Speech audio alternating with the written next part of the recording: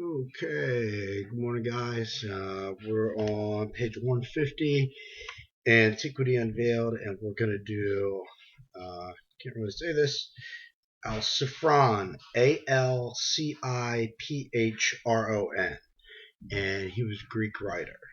Um, Here's his spirit testimony. I salute you, sir. I lived while in the mortal form at Athens, Rome, and Alexandria, about AD 175. The numerous letters of mine extant today on various subjects connected with all the affairs of life, but they have never but they have been very careful to let none come down to the present generation that could in any way invalidate the Christian religion. If they had done so, the whole secret of the wise men of the East coming to worship the young child would be known to you. The story was brought from India to Alexandria by Gymnosophists. There were 4 Gospels then extant, connected therewith under the title of the Incarnation of Buddha.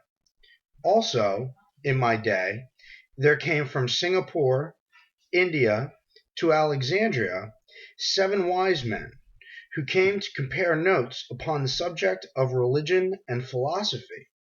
And from the holy city of the Benares, Benares, they brought accounts of the gods Brahma, Krishna, and Buddha in exchange for similar accounts of a great many Egyptian, Grecian, and Roman gods. And as far as I read their works, I think they were worsted in their exchange for more lazy, good-for-nothings than the priests of Egypt, Greece, and Rome have never been upon this planet. They were even worse than the priests of today, for the latter work to cover up their tracks, while the pagan priests were openly licentious, licentious. I will say further that I have seen at Alexandria books such as, if they were extant now, would overthrow the whole Christian fabric. My name, I will spell, was Alciphron, Alciphron, and we're going to refer to Smith's Dictionary of Greek and Roman biography for the account of Alciphron. And just a few words here. This graceful Greek writer comes back to say that some of his most important letters have been suppressed, especially those which could in any way invalidate the fraud of Christianity. In view of such frequent testimony to the vandalism of the Christian priesthood, it becomes a question whether there are any of the ancient writings that have not either been suppressed, destroyed, or mutilated to such an extent as to conceal the true nature and bearing of them. This communication with Alciphron settles the question as to the time when he lived, and shows that he was a contemporary of Lucian and Aristaenetus. That's Aristaenetus.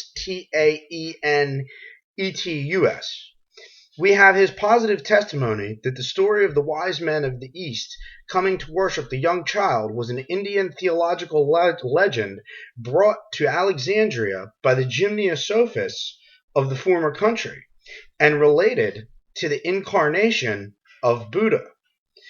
Of the truth of this statement, I have no doubt whatever that the Gymnosophists, of whom Alciphron speaks, were the originators of the Essenian religion. We may very reasonably infer. Such testimony as this cumulative and consistent with recorded facts must serve to convince the most prejudiced ignorance that the truth is at last finding its vindication and approaching its final triumph.